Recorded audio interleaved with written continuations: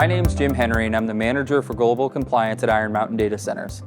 I started in 2016 in a systems security capacity. In that role, I was maintaining CCTV systems, access control, visitor management, and customer deployments for new spaces.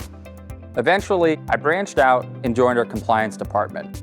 Having known a lot of the compliance regulations from my former role, it was a great fit to move up in the organization, discover more about what we do as a data center provider, and get a global perspective on the company.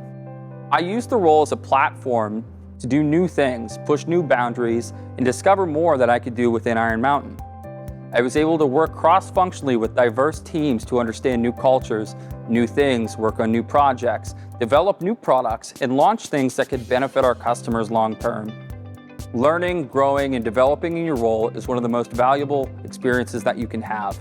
Setting yourself up for success in our industry points you in a direction that will enable you to continually get better as a person and an employee. Develop yourself, develop your mind, and develop your strategy for becoming the best version of yourself possible. Our leadership at Iron Mountain Data Centers encourages growth. It encourages learning and development. We don't train our employees, we develop our employees. If you're interested in a role, contact us, reach out.